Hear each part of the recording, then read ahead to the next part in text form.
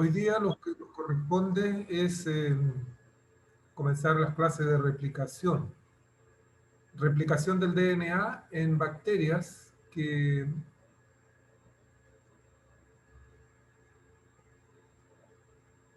tiene relación con obviamente la división celular y la multiplicación de las bacterias en, en cualquier medio que se encuentren viviendo, digamos. Por lo tanto, para que las células se puedan multiplicar, el DNA debe replicarse. Cada vez que la bacteria se va a dividir, el DNA tiene que replicarse para que cada una de las células hijas queden con el mismo material genético que tenía la célula madre.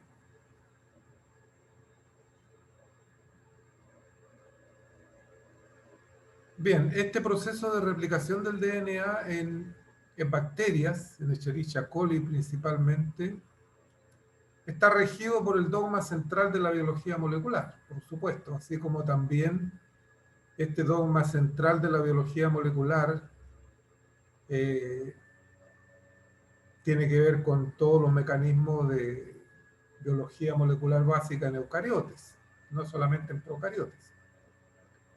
Y este dogma central de la biología molecular fue descrito en los años 50, 53, 56, por el investigador Francis Crick, que es el mismo Crick que con Watson describieron la estructura del DNA.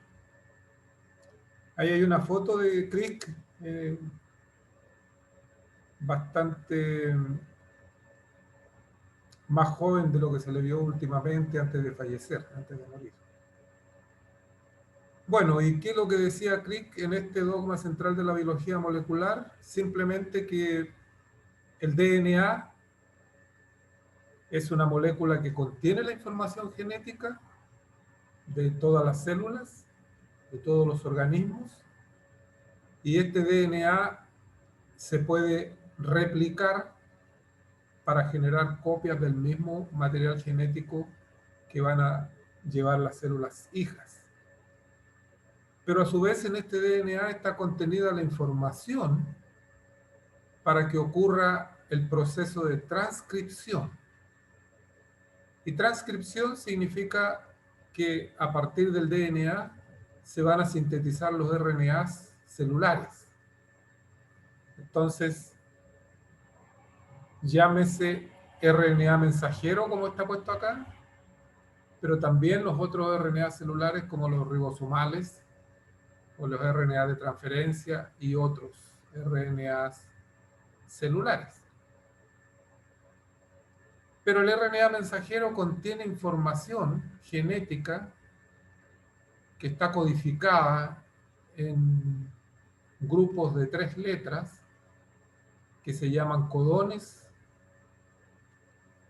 o tripletes. Y estos tripletes o codones, al ser leídos por la maquinaria traduccional, van a originar una proteína. Entonces, de DNA se pasa a RNA y luego a proteínas. ¿Cuáles son los procesos involucrados? Transcripción y traducción. Pero también está la replicación del material genético. En esta siguiente diapositiva tenemos un borrador que fue hecho por Crick en los años 50, 56 específicamente. Y aquí él describe el dogma central de la biología molecular. Y dice que lo mismo que vimos recién, de DNA a través de la transcripción se puede pasar a RNA. Es un proceso que permite la síntesis de los RNA celulares. Y a partir de estos RNA celulares se sintetizan las proteínas. Una cosa muy importante que describió Crick fue la siguiente, que una vez que esta información se ha transformado en una proteína, ha ingresado a una proteína, esta información no puede ser reversible, no se puede revertir. O sea, no es posible a partir de una proteína obtener RNA u obtener DNA. Bueno, sabemos nosotros sí que se puede en la teoría, porque conociendo la secuencia de aminoácidos, uno puede deducir un posible RNA mensajero y luego deducir un posible DNA. Pero eso es en el papel solamente, no en la célula. A lo que se refería Crick es que en la célula no se puede, a partir de una proteína, sintetizar algún ácido nucleico. Sin embargo, Crick ya en ese tiempo describía que el DNA se puede replicar, acá está, el DNA, el RNA, perdón, puede ser transcrito en reversa, o sea, transcripción reversa. Esta sí que es una etapa que puede ser reversible. Y que el RNA también se puede replicar de RNA a RNA. Sin embargo, estas etapas son muy frecuentes en virus, no en organismos celulares, no en organismos, mejor dicho, porque los virus no son organismos. Los retrovirus tienen una enzima que se llama transcriptasa reversa y que esa enzima es capaz de sintetizar DNA a partir de RNA.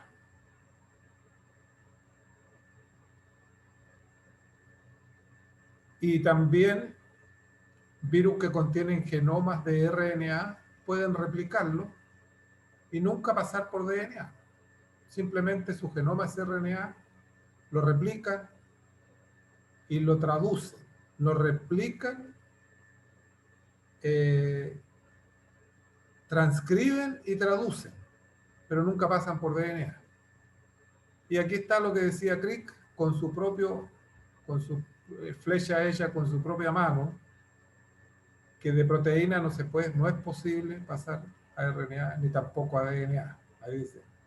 Pero nunca va a ocurrir esto, ni tampoco de proteína a proteína. Cosa que es cierto, es muy cierto hasta el día de hoy. No hay ninguna evidencia que diga que desde una proteína yo voy a sintetizar RNA. Ni siquiera en experimentos in vitro es posible. Hasta el momento, uno nunca sabe. Lo que conocemos nosotros de ciencia es una parte infinitesimal de lo que existe. Por lo tanto, hay muchas cosas que pueden ser posibles y que pueden ser descubiertas posteriormente.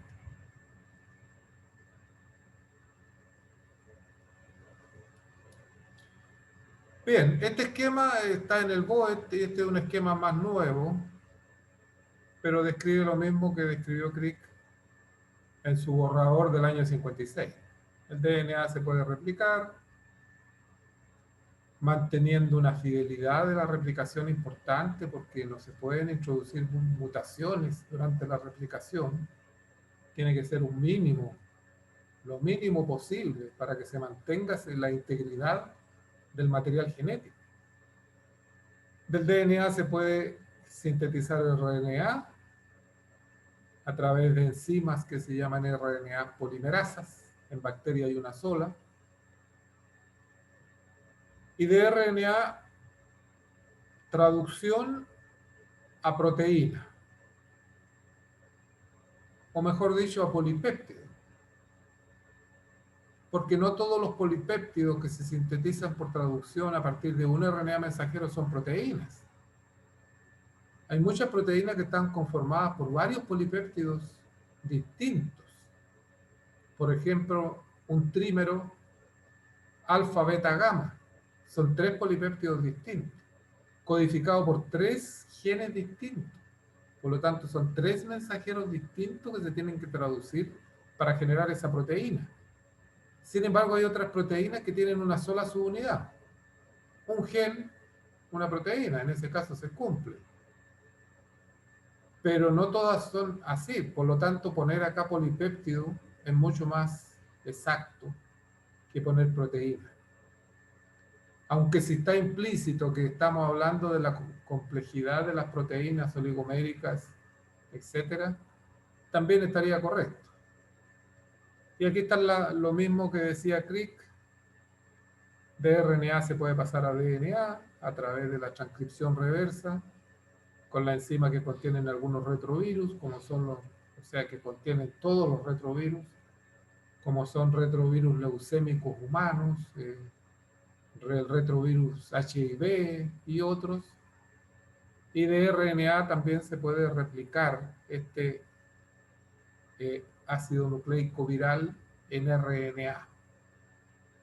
Sin embargo, esta flecha que está acá, que completa esta especie de elipse o círculo achatado, no se ha demostrado. De DNA a proteína no hay evidencia. Y si ustedes se fijan en el borrador de Crick, también es lo mismo. Pero hasta el día de hoy no hay una evidencia clara de que se pueda saltar este paso de transcripción y de DNA sintetizar proteínas directamente. Bien, entonces, si tenemos un DNA, este se va a transcribir en un RNA y luego se va a traducir en un polipéptido. ¿Se fijan? Acá está polipéptido. El DNA es una molécula de doble hebra en todos los organismos, por lo tanto las hebras son complementarias y están orientadas antiparalelas. 5', 3', 5', 3'. Cuando este RNA se transcribe, perdón, cuando este DNA se transcribe en RNA mensajero, se genera un RNA mensajero que contiene una secuencia orientada en la dirección 5', 3', porque se va sintetizando en este sentido. Y fíjense ustedes que la secuencia del RNA mensajero es idéntica a una de las hebras del DNA, a esta que está acá, a la misma, a la que está orientada en el mismo sentido. AGA, CGT, CGT, AGA, GGU, que el RNA no tiene timina, pero sí tiene uracilo. GCU.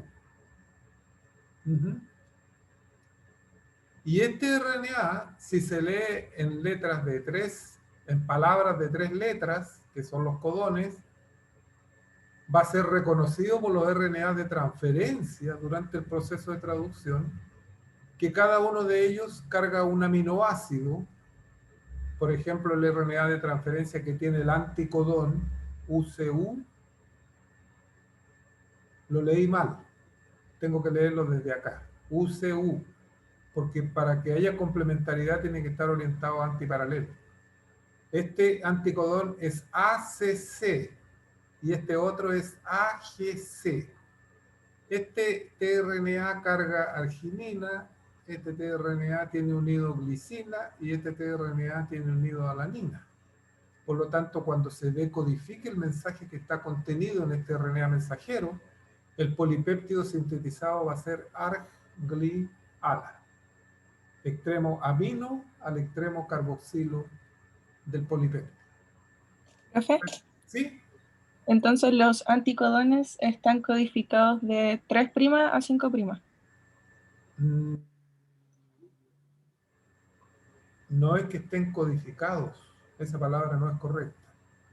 Los anticodones están orientados 5', 3', para aparearse con el mensajero. Ya.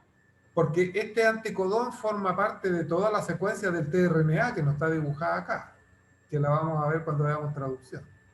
Y el tRNA, que es el RNA de transferencia, también tiene un extremo 5' y un extremo 3'. Por lo tanto, uno lo lee de 5' y ahí se encuentra con el anticodón. Y para que sea complementario el codón tiene que estar orientado en la dirección antiparalela al codón. Ya, profe. O sea, si tú me dices que este anticodón es, perdón, que este anticodón es CCA, es incorrecto. porque lo están leyendo 3', 5'. Pero Ya. si me dice que este anticodón es ACC, eso sí que es correcto. Aquí en este se habrían salvado, porque leyéndolo de cualquier manera da lo mismo. Da lo mismo en las palabras, pero no en la estructura química.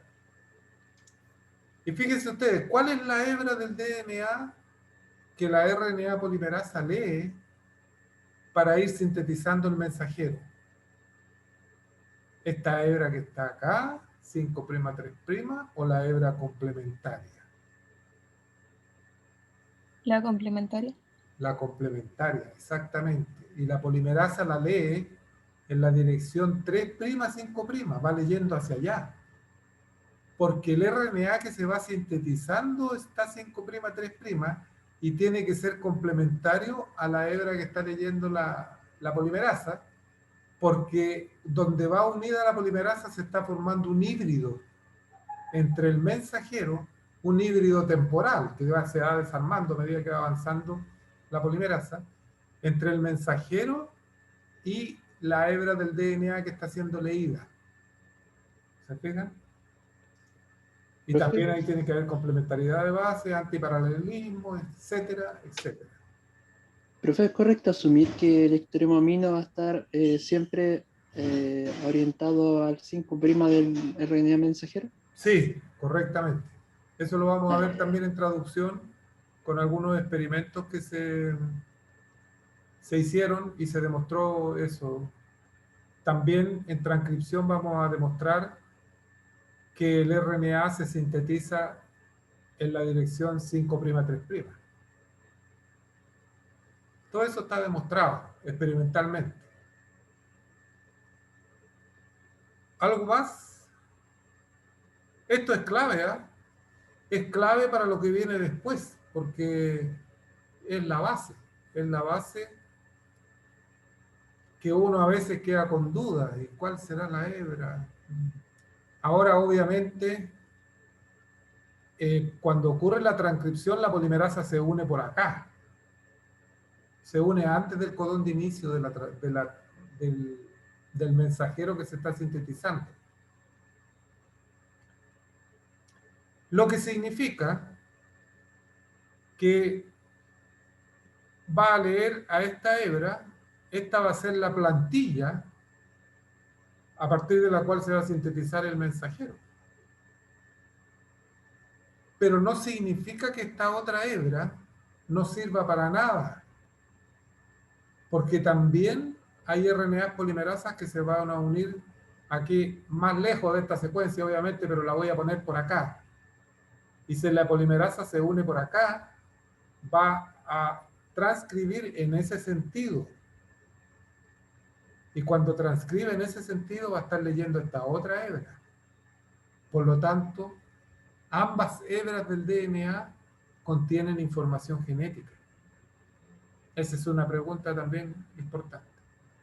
Y donde se une la RNA polimerasa para comenzar la transcripción, son sitios específicos que se llaman promotores. ¿Estamos? Estamos. Bien, entonces entramos en materia. Escherichia coli es una bacteria gram negativa, es un bacilo, como lo ven ustedes acá, que tienen, estas bacterias generalmente tienen un tamaño de unos pocos micrómetros, 1.5 a 3 micrómetros de longitud, ¿ah? Y de amplitud unos 0,5 a 1 micrómetro aproximadamente. Son células microscópicas, obviamente. Son los organismos más simples, las bacterias de los más simplecitos. Y contiene esta bacteria un DNA, que aquí este DNA fue expulsado hacia afuera y se le ha puesto color para que se vea, sea coloreado, para que se vea bien. Entonces, lo importante es un DNA de doble hebra como ya lo dijimos, circular, y que tiene un tamaño de 4.6 por 10 elevado a 6 pares de base. O sea, 4.600.000 pares de bases. Es un DNA pequeño para un organismo, como es una bacteria, simplecita. Pero ese número hay que mantenerlo en mente, y también hay que mantener en mente que estamos hablando de un DNA circular y que estamos hablando de un tamaño de esa magnitud.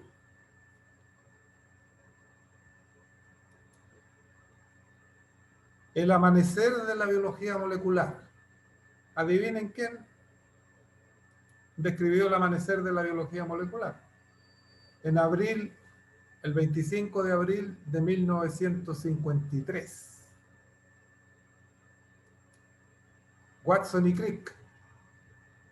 Y Watson y Crick, después que propusieron su modelo, o inmediatamente al proponer ese modelo de estructura del DNA, que conocemos como el DNA-B actualmente, ellos describieron también una hipótesis, plantearon una hipótesis de cómo este DNA se debería replicar, cómo se deberían sintetizar nuevas hebras a partir de ese DNA de doble hebra. Entonces dice aquí que a partir del apareamiento de bases específicos, hemos postulado, decían ellos, inmediatamente un posible mecanismo de copiado para el material genético. Y ese mecanismo implica separación de las hebras, separación parcial de las hebras, seguido por un mecanismo de síntesis de DNA utilizando como plantilla las hebras antiguas, las hebras preexistentes del DNA parental. Cada hebra separada actúa como una plantilla. Por favor, esto no se traduce como templado. Eso es incorrecto.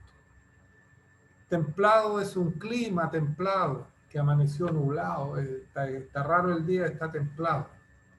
Hay climas templados en distintos países, distintas regiones del mundo. Pero no una hebra del DNA, es una plantilla, porque es una plantilla de secuencia de bases sobre la cual se van acoplando los otros nucleótidos por apareamiento específico de sus bases, sobre esa plantilla. Y sobre esa plantilla se va a sintetizar una nueva hebra complementaria. ¿En qué dirección? Antiparalela a la plantilla. ¿Y en qué dirección se sintetiza la hebra nueva? En dirección 5'3'. Y aquí está lo que proponía Watson y Crick: separación de las hebras. Fíjense ustedes, estas son las hebras parentales. Y síntesis de una nueva hebra sobre cada plantilla preexistente. Por lo tanto, esta es una hebra antigua, dice, y esta es una nueva hebra. Y la que se está formando es una molécula hija, molécula nueva.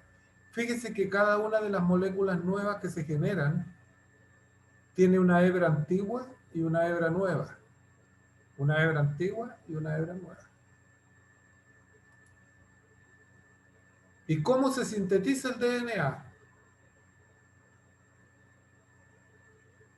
Se sintetiza a partir de un nucleótido preexistente que está pareado a una base complementaria en la hebra plantilla. Aquí dice plantilla. Y por el cual la enzima cataliza el ataque. Fíjense ustedes, este es el último nucleótido que está pareado a esta hebra plantilla. El ataque nucleofílico de este grupo hidroxilo de la posición 3' de este nucleótido que está apareado a la plantilla. al fosforilo alfa del nucleótido entrante. Fíjense que el nucleótido entrante ya está apareando con bases, está apareado con la base correspondiente, pero está trifosforilado todavía y debe removerse luego que viene el ataque nucleofílico a partir de este par de electrones desapareados del oxígeno del hidroxilo de la posición 3', del azúcar de este nucleótido precedente sobre el fosforilo alfa, se rompe este enlace porque estoy formando un nuevo enlace y por lo tanto debe romperse un enlace para que mantenga la valencia 5, el fósforo del fosforilo alfa. Estos electrones pasan a este pirofosfato y se libera pirofosfato que contiene los fosforilos beta y gamma. Este pirofosfato posteriormente es rápidamente desdoblado en ortofosfato, en 2 moléculas de ortofosfato, por pirofosfatasas celulares, de manera que esta reacción no es reversible, porque uno de los productos está siendo transformado. No se puede revertir. Profe, ¿cómo ¿Sí? nos referimos a la molécula de abajo? La que tiene 3 fosfatos. A ver, no te escuché bien. ¿Cómo nos referimos a la molécula de abajo, la que tiene 3 fosfatos? ¿Qué nombre tiene? Pero si lo vimos en la clase número 1, dímelo tú mismo. ¿Es un nucleócido, una base nitrogenada o un nucleótido? Nucleótido, creo. ¿Ah? Nucleótido. Un nucleótido, por supuesto. Es un nucleótido trifosforilado. O sea, perdón, es un nucleócido trifosforilado. Y al ser un nucleócido trifosforilado es un precursor de la síntesis de DNA o de RNA. Ahora, si tú lo que te refieres a cómo lo mencionamos a este nucleótido, este es el nucleótido entrante. Y este es el nucleótido precedente, que ya está formando parte de la cadena que se está sintetizando. Ya vamos a ver que siempre, cuando hay síntesis de DNA, tiene que haber un nucleótido precedente, siempre. Si no, no hay síntesis. Lo importante acá es que la reacción es siempre la misma. Y si ustedes se fijan bien, aquí lo que estamos viendo es la síntesis de una cadena de RNA, no de DNA. Pero la reacción es la misma. La única diferencia que tiene si se está sintetizando DNA es que este hidroxilo no está presente. Ahora, cuando hay síntesis de DNA, inicialmente tiene que sintetizarse un RNA como este también, que es lo que se denomina el primer. Siempre tiene que haber un primer de RNA, porque las DNA polimerasas no sintetizan DNA de novo. ¿Qué significa síntesis de DNA de novo? Significa que podrían sintetizar sin la necesidad de un primer y comenzar a poner desoxinucleótidos desde el primer nucleótido del DNA. Eso no lo pueden hacer las polimerasas, las DNA polimerasas. Pero sí las RNA polimerasas sintetizan RNA de novo, sin necesidad de primer. Por lo tanto, este RNA se está sintetizando sin necesidad de un primer, obviamente, y este va a ser el primer para que luego comiencen a adicionarse los desoxinucleótidos correspondientes, también obviamente trifosforilados. Sí, y el mecanismo de la reacción es exactamente el mismo. Fíjense ustedes, acá tenemos el mecanismo de la reacción cuando se está sintetizando DNA, porque estos sí que son desoxinucleótidos. El hidroxilo de la posición 3' de este 2' desoxinucleótido ataca al fosforilo alfa del nucleótido entrante. ¿Y qué se libera? Pirofosfato. Se rompe este enlace. Y así continúa la síntesis hacia adelante.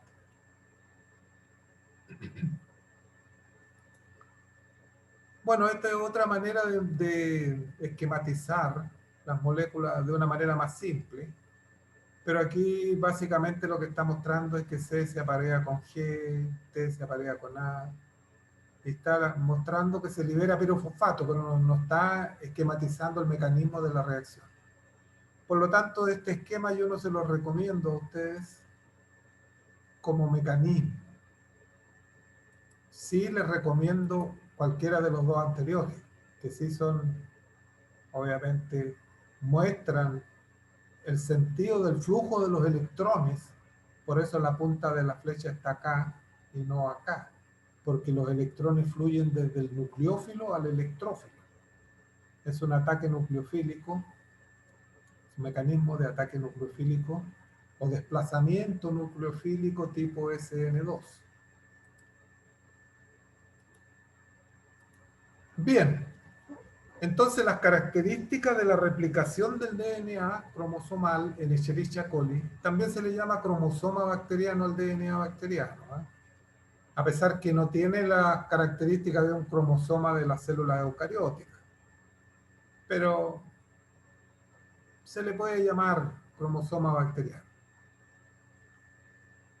Son 4 características importantes de la replicación del DNA. La primera es que la replicación del DNA es semiconservativa. Y ya mencionamos algo de eso cuando estábamos viendo el modelo descrito por Watson y Crick.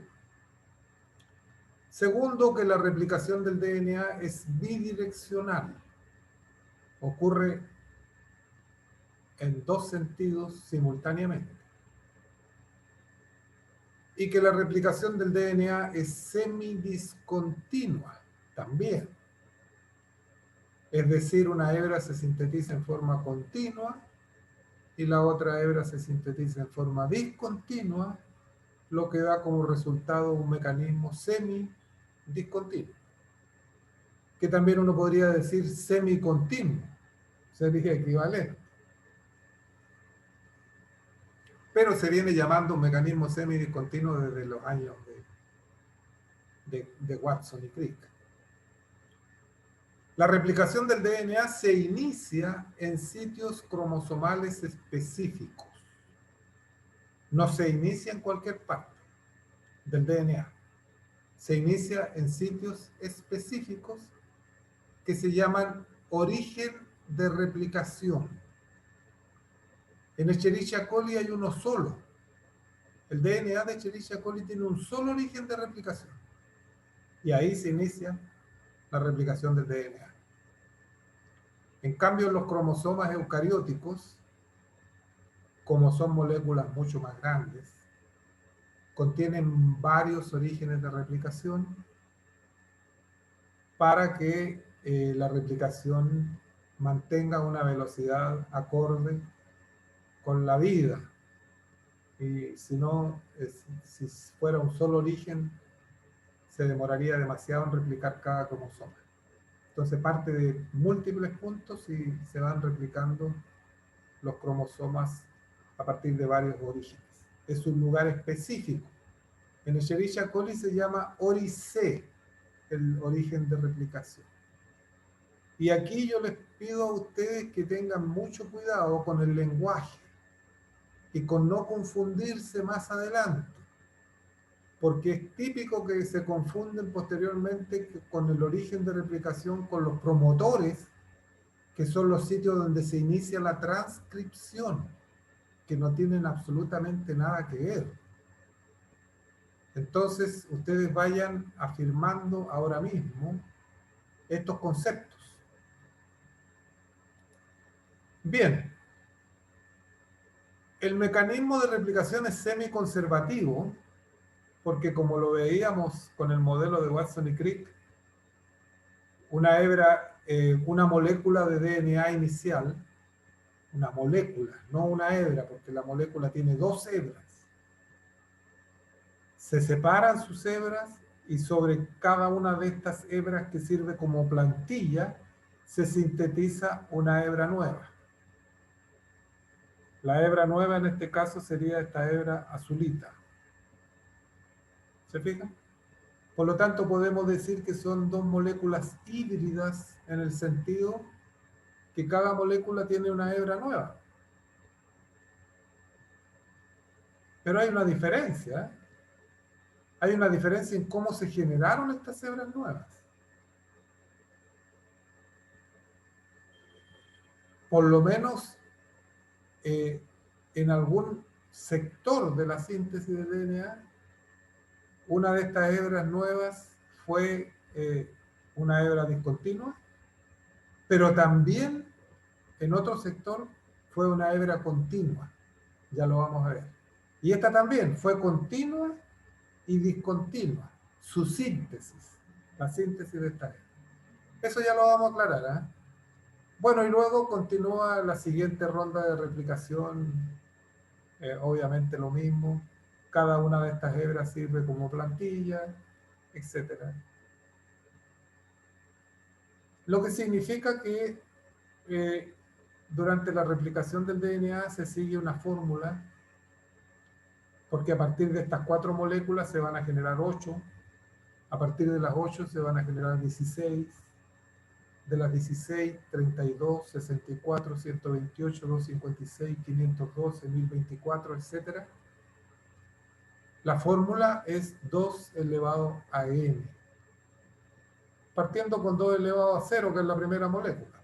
2 elevado a 1, 2 elevado a 2, etc.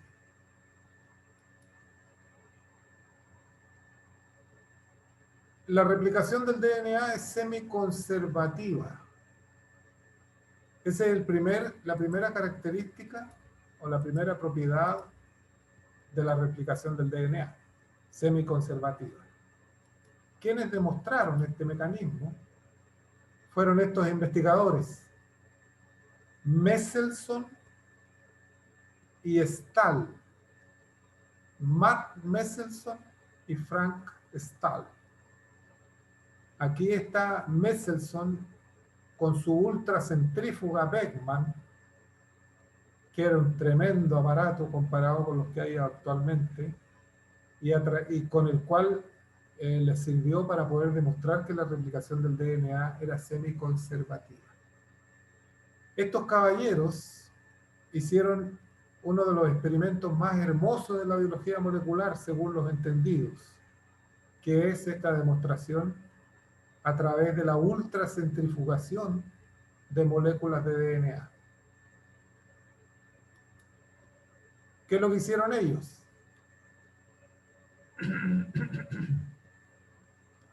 Bueno, ellos se valieron del conocimiento de que existe un isótopo del nitrógeno,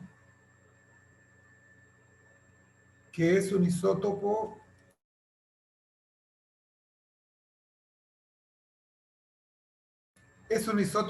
del nitrógeno que no es radiactivo, pero sí que es más pesado, tiene mayor masa. Este isótopo es el nitrógeno 15. Perdón.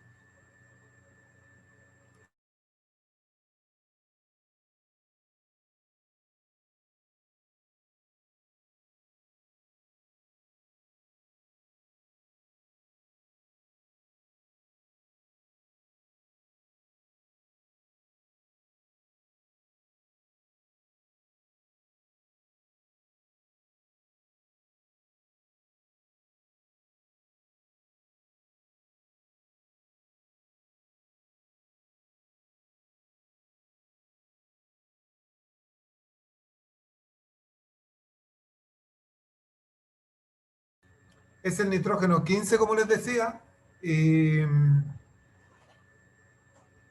Ellos crecieron las bacterias, un cultivo bacteriano en nitrógeno 15, en cloruro de amonio nitrógeno 15. O sea, no, la bacteria no va a fijar nitrógeno molecular como nitrógeno 15, sino que hay que darle un compuesto químico, un sustrato, una sal, en este caso, cloruro de amonio, nitrógeno 15. Y crecieron las bacterias, el cultivo bacteriano, por muchas generaciones. De manera que todo el DNA quedara marcado con nitrógeno 15.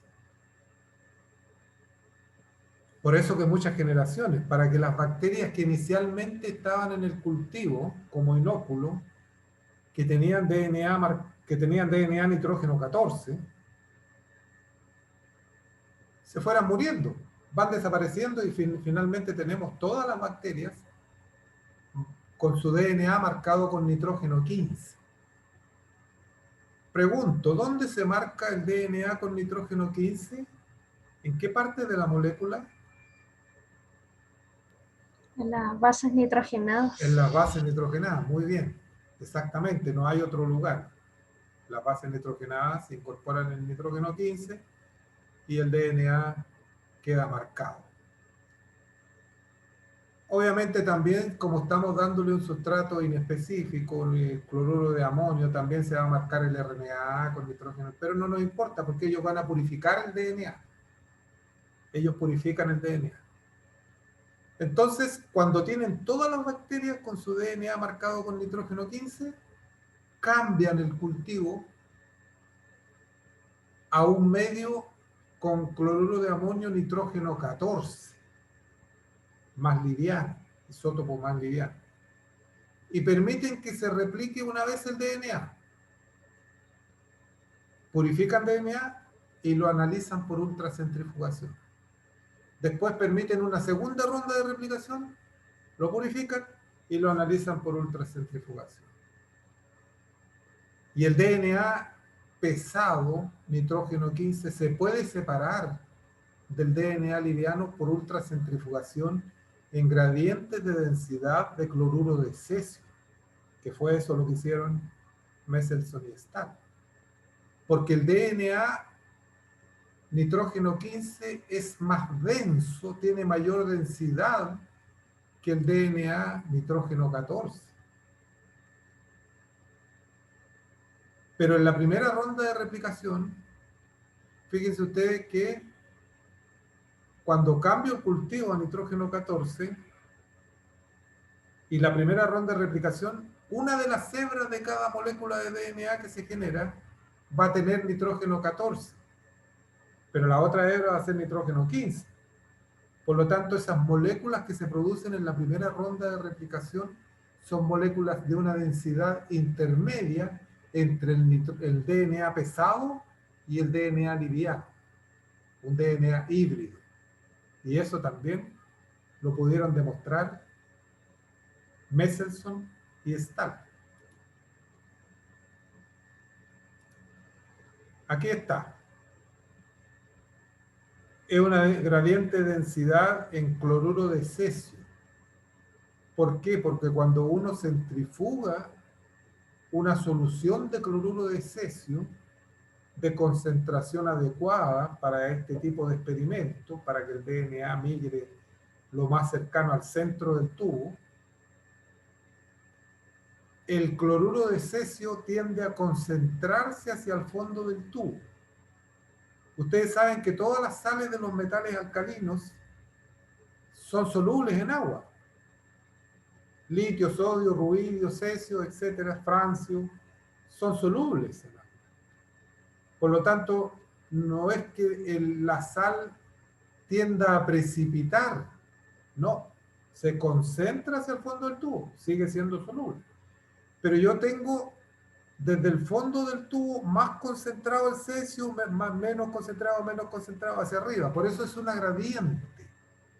Pero eso después de centrifugar unas 12 horas a altas velocidades. De manera que al tener una gradiente de concentración, también tengo una gradiente de densidad. Y el DNA se va a ubicar donde le corresponda su densidad. El DNA pesado es más denso, a zonas donde el cloruro de cesio está más concentrado. El DNA híbrido es menos denso que el pesado, por lo tanto, a menor concentración de cloruro de cesio. Y el DNA liviano, nitrógeno 14, más arriba y de esa manera se pueden separar. ¿Se fijan? Ahora, ¿por qué se usa cloruro de cesio y no cloruro de sodio para este tipo de gradientes? Porque el cesio es un catión pesado. ¿Se fijan? Litio, sodio, rubilio, cesio, francio. El francio sería más pesado todavía. Pero el francio es un catión escasísimo en la naturaleza y además es radiactivo. Entonces no tiene sentido intentar hacer una gradiente de cloruro de francio, a menos que alguien quiera sacar un premio Nobel porque descubrió algo muy interesante con eso. Pero le costaría el kilo de cloruro de francio, por ejemplo, no sé, $1.000.000, por decir algo exagerado.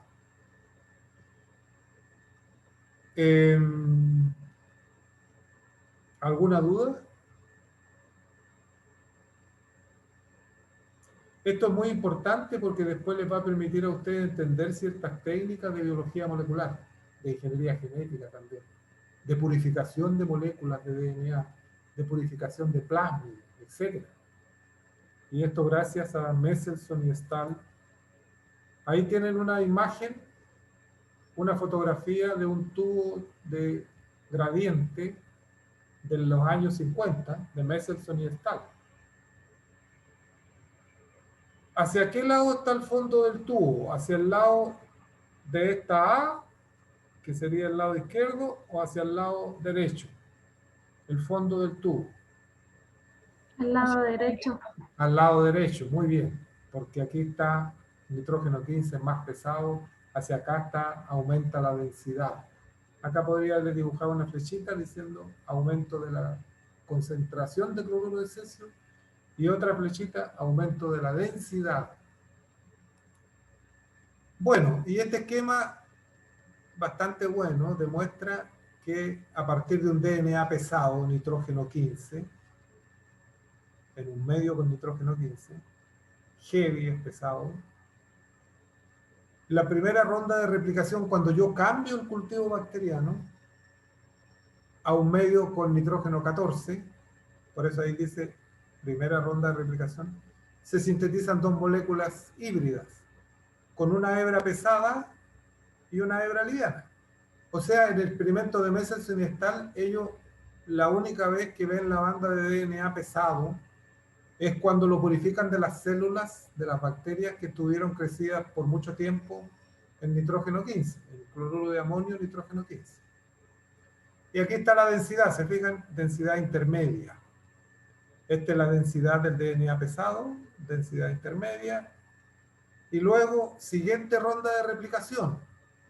Como sigo, todas las rondas de replicación hacia abajo son en nitrógeno 14. Ya nos desaparece el nitrógeno 15, solamente medio cultivo con nitrógeno 14. Por lo tanto, a partir de estas hebras rojas que todavía permanecen, se van a sintetizar dos moléculas híbridas. Pero a partir de estas hebras livianas, verdes, dos moléculas completamente livianas. Y aquí aparece una banda de DNA liviano que tiene una intensidad muy similar a la banda de DNA híbrido. Pero fíjense ustedes, la banda pesada nunca más aparece, solamente al principio. Siguiente ronda de replicación. Esta era la primera, esta es la segunda, esta es la tercera. Dos moléculas completamente livianas son 4, más dos moléculas livianas provenientes de cada una de estas hebras son 6. Y de las hebras rojas, solamente dos moléculas híbridas. Por lo tanto, fíjense lo que va pasando. La intensidad de la banda de las moléculas livianas va aumentando y esta va disminuyendo en el tiempo. Porque acá no son 6 en la siguiente ronda, en la cuarta, sino que son 10 moléculas livianas y solamente 2 híbridas. Entonces, la banda del DNA híbrido en el tiempo tiende a desaparecer. Obviamente nunca va a desaparecer, a menos que se vayan muriendo las células en el tiempo, obviamente, claro que sí. ¿Está claro? Con eso quedó demostrado que la replicación del DNA es semiconservativa. Se conserva una hebra y la otra es nueva. Semiconservativa. No confundir con semidiscontinua. Y aquí hay un ejemplo real en que también se purifica DNA en etapas intermedias, antes de cumplir la primera ronda, antes de cumplir la segunda, y ustedes pueden analizar las bandas que van apareciendo en el tiempo. Este fue publicado el año 58, un tremendo experimento para ese tiempo. Y las centrífugas alcanzaban velocidades muchísimo menor que las actuales. Entonces, vale el premio Nobel de estos investigadores, de todas maneras. Bueno, ya lo dijimos, aquí nos cambiaron los colores, pero lo mismo. Molécula parental original, primera generación, 2 moléculas híbridas. Replicación del DNA semiconservativa. No les dije cómo sería la replicación conservativa, pero ustedes lo pueden analizar y es muy sencillo, porque si fuera replicativa la replicación, esta molécula se mantiene intacta y se sintetizaría una completamente nueva. ¿Se fijan? Entonces, obviamente esto no coincide con los resultados de Messelson y Stahl. Por eso se descarta. Además que del punto de vista lógico, es muy difícil imaginarse cómo podría replicarse este DNA generando una molécula nueva y manteniendo esta intacta. Muy complejo. No cumple con la lógica del pensamiento, por lo menos. La segunda propiedad es que la replicación del DNA es bidireccional. Si fuera unidireccional, sería hacia un solo lado. ¿Se fijan? Aquí se separan las hebras. Imaginemos que este es el origen de replicación. Aquí está la separación de las hebras del DNA. Y si fuera unidireccional, iría hacia allá la síntesis o hacia allá. A todo esto, hablar de síntesis de DNA no es lo mismo que hablar de replicación. Síntesis de DNA es un subconjunto de replicación, porque durante la replicación se está sintetizando DNA. Pero yo puedo detener la replicación y no se alcanza a completar, pero hubo síntesis de DNA. O sea, sintetizar un fragmentito, una región del DNA, es síntesis, pero no es replicación. Ahora, si el origen está acá y la replicación del DNA ocurre hacia ambos lados, es lo que sería replicación bidireccional. Y esto sería una burbuja de replicación donde se separan las hebras del DNA para generar las plantillas correspondientes sobre las cuales se va a ir sintetizando la hebra continua y la hebra discontinua del DNA, la hebra continua y la discontinua del DNA en ambos sentidos, manteniendo la polaridad de las hebras que se están sintetizando sobre sus plantillas correspondientes. ¿Cómo se demostró esto? Se demostró también en esa época, en la década del 50, una década de oro para la biología molecular, en la cual se utilizó un precursor radiactivo que se incorporara al DNA que se estaba sintetizando. Y este precursor radiactivo fue timidina tritiada. Cuando digo timidina tritiada, me estoy refiriendo al nucleócido. Nucleócido que es la timina unida al azúcar, al 2'-desoxirribosa, timidina, que se va a fosforilar cuando la incorpore a la célula. Cuando la ponga ahí, ingresa a la célula, la pongo en el medio de cultivo, ingresa a la célula y se incorpora al DNA, pero como nucleótido, como nucleócido trifosforilado, o sea, como 2'-desoxitimidina trifosfato. Y al incorporarse al DNA lo va marcando radiactivamente. Y esa marca radiactiva yo la puedo detectar por autorradiografía y mirarla al microscopio electrónico incluso. Entonces, esto es lo que está acá visto en una placa autorradiográfica en que se ve que hay marcas. Fíjense que incluso se ven las hebras separadas hacia ambos lados. Y la marca se concentra hacia la derecha y también se concentra hacia la izquierda. Pero no tenemos marca acá en el centro. Siendo que deberíamos tener, porque aquí estamos hablando de... Esta es una región importante que no está marcada. ¿Por qué no hay marca en el centro? Porque la replicación del DNA se inició acá, en esta molécula. En este punto es el origen.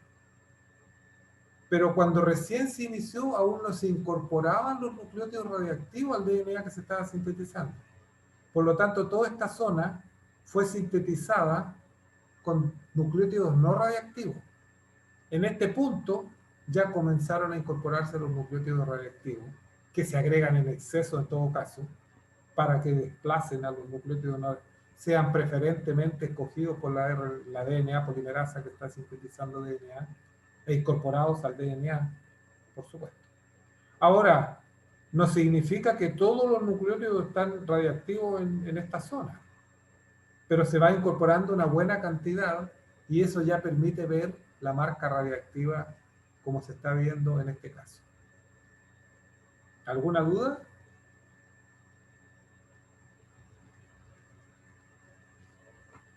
Ninguna duda.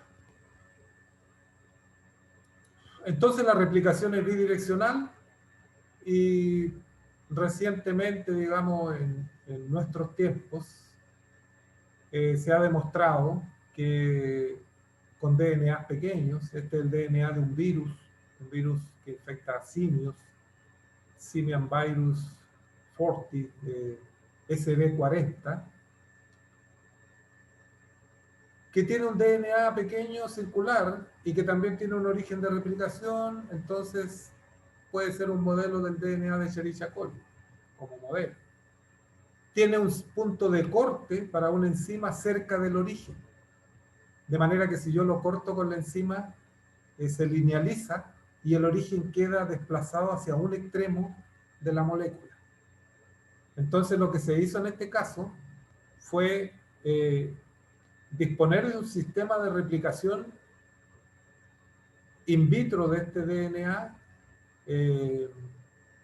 viral y aislar este DNA viral a distintos tiempos. Aíslo a tiempo 1, tiempo 2, tiempo 3, lo corto con la enzima después de aislarlo y hago una preparación para mirarlo al microscopio electrónico por sombreado metálico. La misma técnica que le he explicado para mirar moléculas de ácido nucleico. Sombreado metálico con platino paladio y visto al microscopio electrónico de transmisión. Fíjense ustedes que a tiempos cortos se ve una burbujita. A tiempos más largos se ve una burbuja más grande. Y a tiempos más largos se ve una burbuja que ya alcanzó prácticamente un extremo de la molécula. Ahora, a tiempos cortos uno puede tomar la distancia que hay desde el centro de esta burbuja hacia ese extremo. A tiempos más largos uno conoce la distancia que hay y se da cuenta que se mantiene el centro de la burbuja. Pero la burbuja creció. Y creció no solamente hacia acá, sino que también hacia allá. Y a tiempos muy largos se mantiene el centro de la burbuja, pero ya ha crecido hasta alcanzar un extremo y ha crecido también hacia el otro extremo, que es el extremo más largo de la molécula después que yo la corto con la enzima de restricción. Por eso que alcanza primero uno que el otro. Y aquí está el esquema tal cual que demuestra por esta técnica que la replicación del DNA es bidireccional. Y vamos a quedar hasta acá porque se nos acabó el tiempo, pero en la próxima clase completamos, viene más cargadita la próxima clase, traten de llegar mañana a la hora precisa para así aprovechar y alcanzar a ver lo que nos resta. Si no, vamos a tener que extendernos una clase adicional, pero lo vemos mañana. Lo vemos mañana y tenemos tiempo en realidad para extendernos una clase adicional y no estar viendo a la ligera estos mecanismos que son muy interesantes y muy importantes para el conocimiento básico de la replicación del DNA y que les va a servir para eucariotes también, etc. ¿Preguntas?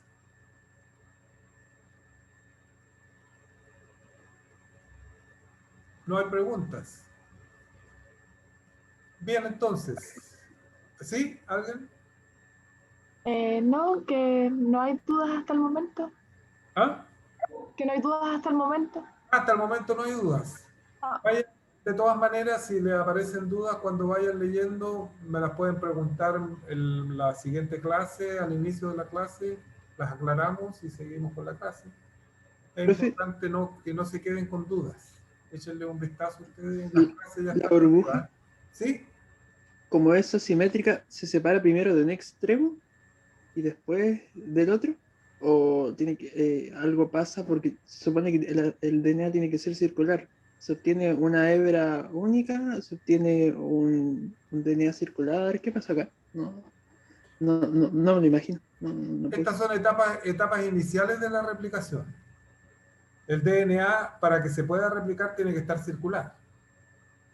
Entonces, es un sistema de replicación activo que ellos toman muestras del DNA, lo purifican a tiempos cortos antes que se replique la molécula completa, porque lo que ellos quieren ver es solamente cómo crece la burbuja de replicación. Y se aprovechan de el conocimiento de la secuencia que tienen de este DNA, que hay un solo sitio único de restricción para EcoR1 y que corta cerca del origen.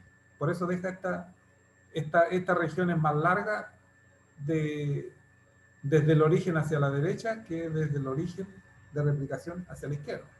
Hay un único origen también. Esta es una molécula que se parece mucho a un plásmido, ¿eh? Es muchísimo más pequeña que el DNA de Escherichia coli. Entonces, como ellos quieren demostrar que la replicación es bidireccional, lo único que les interesa es ver cómo crece la burbuja y en qué momento ellos pueden ver que la burbuja alcanzó un extremo. Si la burbuja va creciendo en la misma cantidad de longitud hacia la derecha que hacia la izquierda, obviamente va a alcanzar primero el extremo derecho. Perdón, el izquierdo. Y como ellos pueden mantener esta distancia, porque esta distancia no va a cambiar, porque la EcoR1 siempre corta acá. Ellos cortan después que purifican el DNA en cada una de estas etapas. O sea, lo cortan para mirarlo al microscopio. Antes no lo pueden cortar. Es para mirarlo al microscopio. Entonces, fíjense ustedes acá, probablemente si el sitio de corte hubiera quedado dentro de la burbuja, la enzima de restricción no corta. Porque las enzimas de restricción reconocen DNA de doble hebra solamente, no de simple hebra. Por lo tanto, esta fue la última molécula que alcanzaron a obtener y luego se seleccionan, por supuesto, las moléculas que van a poner en la fotografía. Ellos no miraron tres moléculas al microscopio, miraron 300, por lo menos. Y de esas 300, seleccionaron 3. ¿Se fijan? Esa es la manera en que se hacen los experimentos. No es tan sencillo. A uno le entregan todo digerido, lo que es la demostración. Pero básicamente es eso. Por aquí se le escapó una molécula también. Acuérdense que no se puede trabajar con una molécula. En cada fotografía ellos tienen cientos de moléculas. Y tampoco la replicación es sincrónica. Entonces algunas moléculas van más avanzadas que otras, a pesar que estén tomando en tiempos distintos. En este tiempo hay moléculas probablemente que van a tener una burbuja más grande que esta, y otras más chicas, y en otras no se ha iniciado. Entonces, todas esas consideraciones experimentales, uno las tiene que considerar, porque tampoco un cultivo de células es sincrónico, obviamente que no. Y todo eso también lo sabía Mendelssohn y Stack en su tiempo. ¿Más preguntas? ¿No hay más preguntas? No. Nos vemos mañana entonces. ¿Sí? ¿Alguien Ok. habló?